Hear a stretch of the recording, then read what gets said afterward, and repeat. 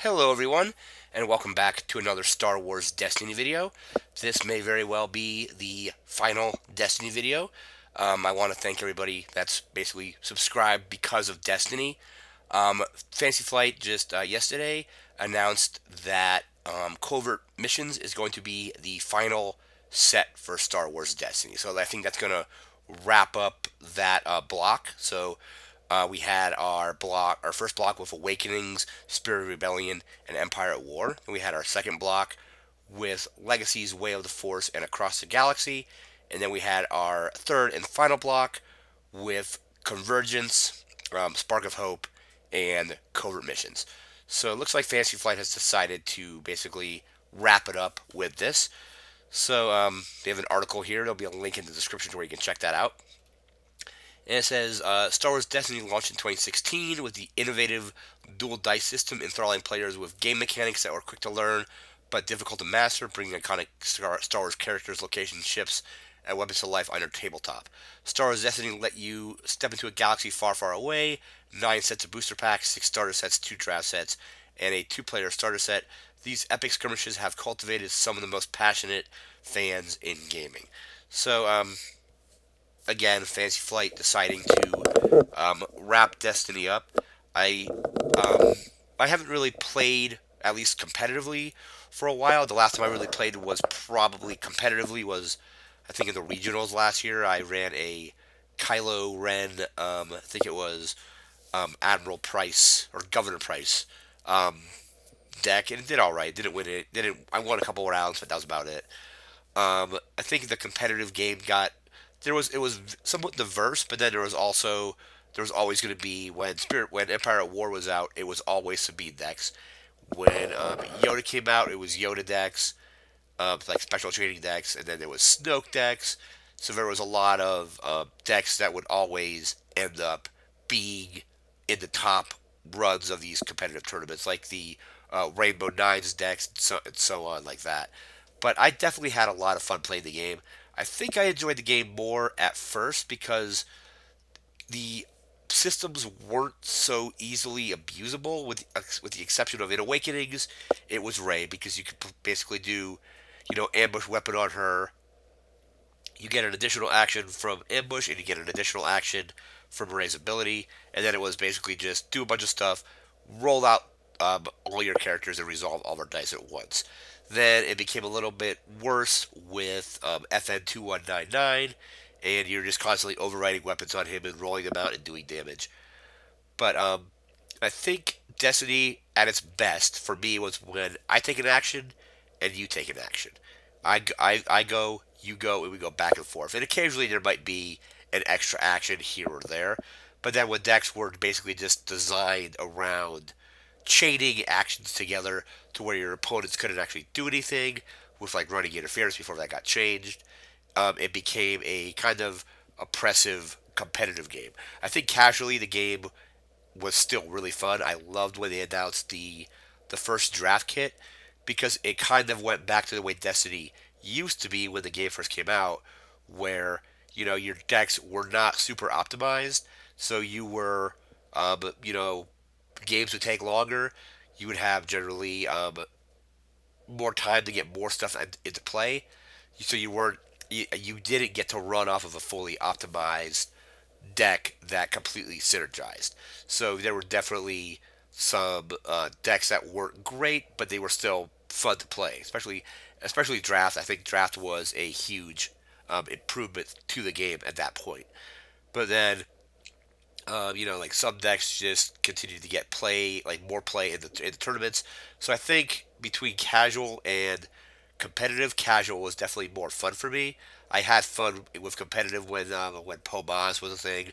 That was fun for a while, but then again that became a fairly oppressive deck once it got completely fine tuned. I don't think I was running a fine tuned version of it. I was actually running Starship Graveyard instead of the Throne Room.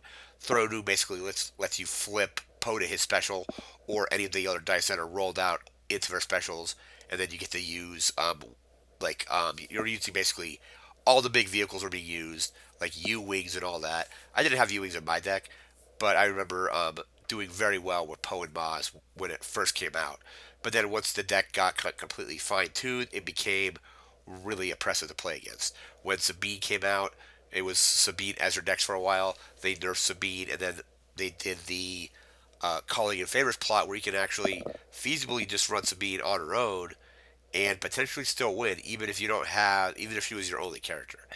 So there were definitely some like design issues, and I think probably cost of producing Destiny for Fantasy Flight probably just wasn't worth it in the end, because you're not just printing cards, you're producing dice as well as like a pack of Magic cards is 15 cards and a wrapper basically, and a box to put those in. Destiny, it was cards, dice, the little cardboard thing to keep the cards protected in the box, the wrapper, and then the box. So all that stuff kind of adds up over time. They definitely had like supply issues and production issues. I think Empire at War was the only set that released like smoothly. I guess you could say Awakenings released smoothly because Fantasy Flight didn't get a lot of pre-orders for it, and then they kind of produced enough to basically on what demand was. So when people actually started playing the game, they realized, wow, this game is actually really fun. And then when people went out to buy it, they were generally stores were out of stock of Awakenings for a while because of I think it was like initially low demand on the product, and then which quickly shot up to high demand once people actually played the game. Spirit of Rebellion had I think like a very limited print run at least at first, and then they did Awakenings reprint. Um, Spirit of Rebellion released, or not Spirit of Rebellion, Empire at War released very smoothly. I remember Legacies having some issues where I think in the United States we got the draft kits. The UK I think got Legacies, and then we got Legacies in February. They got it in January. I think there may have been some like a delayed release on Way of the Force. I'm not sure if Across the Galaxy had any issues or not. But and then this latest set, Covert Missions, was actually, I believe, supposed to come out last year. So if Destiny were to be continuing, we would be seeing. It's like they skipped an entire release almost, because we would have gotten. So we got Convergence. I think we even got Convergence late. I don't remember when that came out. I think Convergence was maybe like February maybe. But generally, so end of 2016, we got Awakenings. And in May, we got Spirit of Rebellion. And in September, it was October, we got Empire at War. Um, other sets were there were multiple delays in like shipment and all that kind of stuff. So I believe if Covert Missions had got released on time, it would have probably got released in November. So we would have had a February, March, like July for Spark of Hope, and then this in November, and then February, when February rolled around, or it looks like it's going to be releasing in just a couple of days, we would have gotten the first set in the next block. There won't be another next block because this is the end of the game, but just wanted to discuss the news and why I think it's sad that it's going away. I did enjoy the game. I didn't enjoy the competitive scene for that long. I think like the last time I really was super competitive with it was probably around the time of Legacies. I had a pretty good Yoda and Qui Gon deck. It was pretty oppressive, so I don't like oppressive decks, but it was basically just focused around special training Yoda to get shields and using stuff like Obi Wan's lightsaber to do an insane amount of damage and that kind of thing.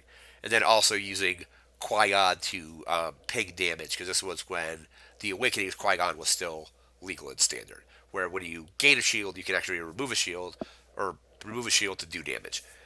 But I just wanted to share some of my thoughts on the game as a whole. Um, Kind of sad to see it go, but I think it was definitely kind of like heading in that direction with multiple delays and just the game. I think, at least in the competitive scene, not being as fun as it once was, where you go to a tournament and you're playing against. You might have the one unique deck, and you're playing against a bunch of other decks that are all running the exact same thing. But um, that's going to do it for this video. Remember to like, comment, share, and subscribe. I want to thank you for watching. I may go back and do some Destiny retrospectives on some of my older decks and stuff like that at some point. But for now, there probably won't be any new Destiny videos showing like spoilers or anything like that. just because there won't be any. There won't be any, and I think the spoilers this go around.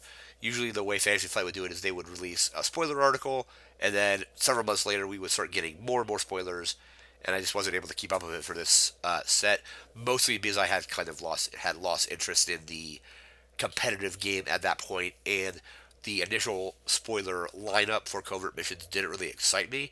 I saw like again it was the Death Star plots, and I didn't really like the idea of designing decks around specific plots. I felt like some of the cards were weakened if you weren't running those plots, like Krennic, for example, completely loses some of its value if you aren't using the Death Star plots that are related to him. So, but that's going to do it. Remember to like, comment, share, and subscribe. We'll be back with other videos. Going to maybe be doing some more video game videos, some more movie videos. I'm going to get back to doing the 1999 film project. I think American Pie is the next movie I need to watch. I need to figure out where I want to watch that. I think Netflix or not Netflix. YouTube might be the way to go because I think I can rent it on Amazon. It's a little bit more expensive because I think it's part of Cinemax, but I can should be able to rent it on YouTube.